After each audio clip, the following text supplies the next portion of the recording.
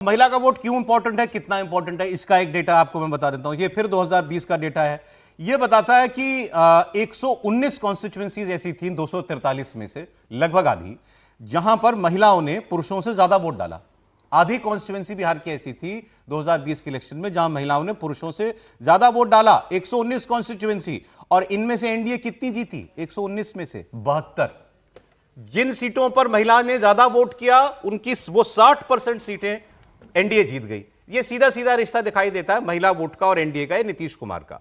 तो इस बार एनडीए ये एक्सपेक्ट कर रहा है कि ऐसा उसको लाभ इस बार भी महिला वोट का मिलेगा। और अब तो नेता, क्योंकि अब वोट की बारी आ गई, तो खुलकर उनको उम्मीद कहां से है, किस वर्ग से है, वो बता रहे हैं। प्रधानमंत्री की आज की सभा थी।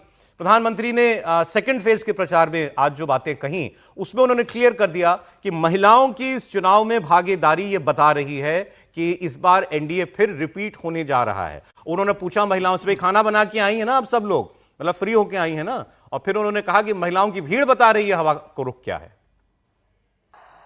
ये मुझे बताइए बहनें, आप सुबह सुबह इतनी बड़ी संख्या में आई हैं, तो घर के लोगों को आज खाना मिलेगा क्या?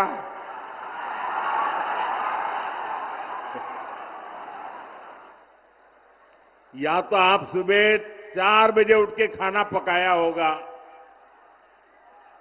लेकिन आपका ये प्यार, आपके आशीर्वाद, शायद ऐसा सौभाग्य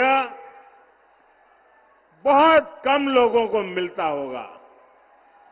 मैं माताओं बहनों आपको फिर से प्रणाम करता हूं। ये दृश्य अपने आप में चुनाव का नतीजा क्या होगा, ये डंके की चोट पर साफ कर देता है। जंगल राज वाले खुद को आपका माई बाप कहते थे, अपने आप को शहंशाह मानते थे। ये तो मोदी है, मेरा माई बाप आप जनता जनार्दन है। आप ही मेरे मालिक है, आप ही मेरा रिमोट कंट्रोल है।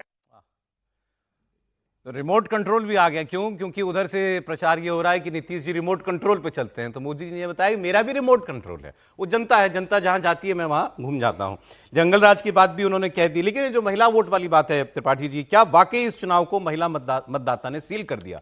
हमने कुछ 2-3 बयान भी अभी लोगों महिलाओं की कुछ बात भी सुनाई थी। नहीं, महिला मतदाताओं ने इस चुनाव को एनडीए के पक्ष में किया है, ऐसा कह सकते हैं। लेकिन वो वाला वीडियो दिखा के अगर आप कह रहे हैं तो थोड़ा सा मेरा मतभेद हो जाता है। अब वो महिला खड़ी थी वहां, आगे पीछे सब लोग खड़े थे, उन्होंने जो बोला सब सच बोला। 10,000 रुपया आया, राशन मिला, मोदी जी अच्छे नेता हैं। मुस्लिम महिला की बात कर रहा हूं, मोदी जी प्रिय हैं। लेकिन इस सब के बावजूद अगर आप लोगों को लग रहा है कि वो वोट भी अंदर जाकर मोदी जी को दे रही, तो मैं आप लोगों से अपने आप को अलग कर लेता हूं। सबसे पहले तो ये बहुत जरूरी है बताना, महिला वोटर वहां क्यों ज्यादा वोट करती हैं? क्योंकि प्रवासी व्यवस्था है वहां।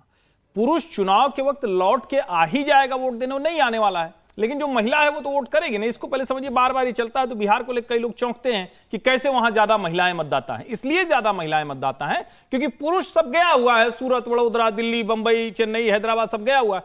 कुछ लौट आता है, कुछ नहीं लौट पाता है। दूसरा, एसआईआर की सफलता का प्रमाण ज्यादा जोर से मत कही, नहीं तो फिर दूसरे चरण के पहले ही राहुल जी फिर धरने पे बैठ जाएंगे। वो कहेंगे देखिए हम यही तो कह रहे थे, इसी से तो हम डर रहे थे। लेकिन जरा आप सोचिए, इस देश में चुनाव आयोग इतनी मेहनत करता है, पार्टियां इतनी मेहनत करती हैं, लोग निकलते हैं, स्कूल करते हैं, तब जाके इतना मतदान प्रतिशत होता है। बात है, अब तो कोलंबिया से भी होने लगा, तो फिर अब क्या चाहिए? नहीं, वो तो मान लीजिए कि मैसेज देने की बात है, अपना अपना तरीका है, उनको वहां से ठीक लगता है। ब्राजील।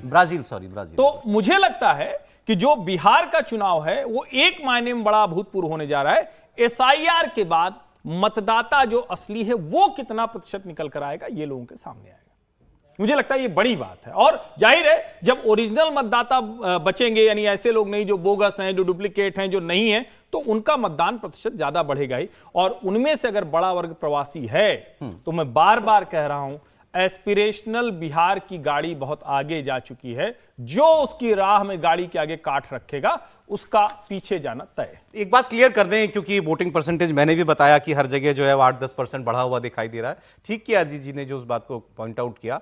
वोट तो उतना ही पड़ रहा है जितना पड़ना है, दर्ज कितना हो रहा है ये सवाल था। अब पिछली बार जो रिकॉर्ड में आता था वो हमको लगता था परसेंटेज डाउन है, जबकि वोट जितने वोटर हैं उसकी संख्या में उतने ही वोटर निकल रहे थे। वो दर्ज ज्यादा होगा क्योंकि उसमें एनोमलीज दूर हो जाएंगी, डुप्लीकेसी दूर हो जाएगी, मृत वोटर की संख्या उसमें से हट जाएगी। अब देखना है कि क्या एक्स्ट्रा पोलिंग होती है। मान लें कि पिछली बार अगर ये एसआईआर पिछली बार भी हो गया होता तो 60% अगर वोट पड़ा था तो वो एक्चुअल टर्म में, एब्सोल्यूट टर्म में वो 62-65% होगा कि नहीं होगा, और उसमें महिलाओं की भागीदारी कितनी होगी, तो अब हम अंदाजा लगा पाएंगे। यह आंकड़ा शायद कल तक आएगा कि वोटर टर्नआउट में महिलाओं का रुझान कितना ज्यादा दिखाई दिया या नहीं दिखाई दिया, उसकी बात हम लोग भी आगे करेंगे। लेकिन सर, क्या यही बेंचमार्क है महिला वोट का इस चुनाव को मापने का? मोदी जी ने कहा कि महिलाओं के वोट से ही हताश हो गए विरोधी।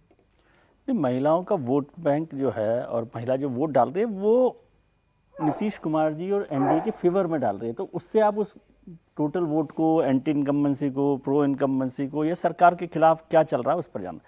और मैं ये कह रहा हूँ, बार बार हम लोग बात कर रहे हैं 10,000 के इम्पैक्ट की। 10,000 का इम्पैक्ट तो जरूर है ही, इसमें तो कोई शक नहीं है, लेकिन ये कंटिन्यूटी है ना महिला वोटर के साथ नीतीश के कनेक्ट की। 2005 में जब वो आए, उसके बाद 2006 में उन्होंने साइकिल्स दी, फीस के लिए पैसा दिया, बस्ता दिया लड़कियों को, वो सब काम किया। उसके बाद शराबबंदी की, उसके बाद उन्होंने महिला जो पुलिस आरक्षण दिया, तो पुलिस में 30% आरक्षण दिया, नौकरियों में आरक्षण दिया महिलाओं को। तो वो एक कंटिन्यूटी है महिलाओं के साथ उनके उसकी। अब उसमें ये एड ऑन फैक्टर हो गया, ठीक है। दूसरा जो हर्ष जी बोले वो भी बात ठीक है, क्योंकि पुरुष वहाँ पर ज़्यादा प्रवासी है, महिलाएं वहीं रह रही हैं, तो उनका वोट ज़्यादा हो रहा है। हालांकि मुझे कल जानकारी मिली और आज सुबह मिली कि बहुत सारी ट्रेन्स, बहुत सारे हवाई जहाज में लोग वोट डालने जा रहे हैं। ये भी अच्छी बात है, हैरानी की बात भी हो सकती है, अच्छी बात भी हो सकती है। मेरे ख्याल से किसी और स्टेट में ऐसा इतने बड़े पैमाने पर मैंने नहीं देखा कि ट्रेन्स भर के स्पेशली वोटिंग के लिए जा रहे हैं। वोटिंग क्या, अब आज जा रहे हैं तो वोटिंग के लिए जा रहे हैं। और जो लोग छठ से भी 1 हफ्ता हो गया, छठ को नहीं लौटे हैं, तो नहीं लौटे हैं, कहीं पर ऐसा होता है? ये तो मेरे लिए तो मिस्ट्री है कि छठ में और वोट में इतना अंतर क्यों रखा गया। हाँ, तो नहीं वो इसलिए नहीं सर, आप ठीक कह रहे हैं। अभी आपने एक वीडियो दिखाया एक सज्जन का, जिन्होंने कहा कि बेंगलोर से कल शाम में पहुंचे हैं, आज वोट डाल करके आज शाम में वापस लौट जाएंगे बेंगलोर। हम लोगों ने उसका वीडियो देखा। अंतर इसलिए रखा गया क्योंकि वो बहुत बड़ा पर्व है, तो पॉलिटिकल लीडर्स का कहना होगा ना कि उनको प्रचार का टाइम नहीं मिलेगा। यदि छठ के तुरंत बाद होता तो प्रचार के लिए समय, उससे पहले दिवाली है, तो वैसे ही समय कम कर दिया गया। 46 दिन का इस बार का जो समय है टोटल इलेक्शन का, वो कम है 10 दिन जनरल से। प्रचार ज्यादा जरूरी है कि वोट ज्यादा पढ़ना ज्यादा जरूरी है? नहीं, तो प्रचार होगा तभी तो, फिर वोट क्या होगा नहीं होगा, उससे भी प्रचार की वजह तो लोग रुक गए ना वहां पर। इसका मतलब वो गणित उनके काम में आई है। यार 6 तारीख है, आखिरी किस्त कब जारी सर? कल जारी है किस्त?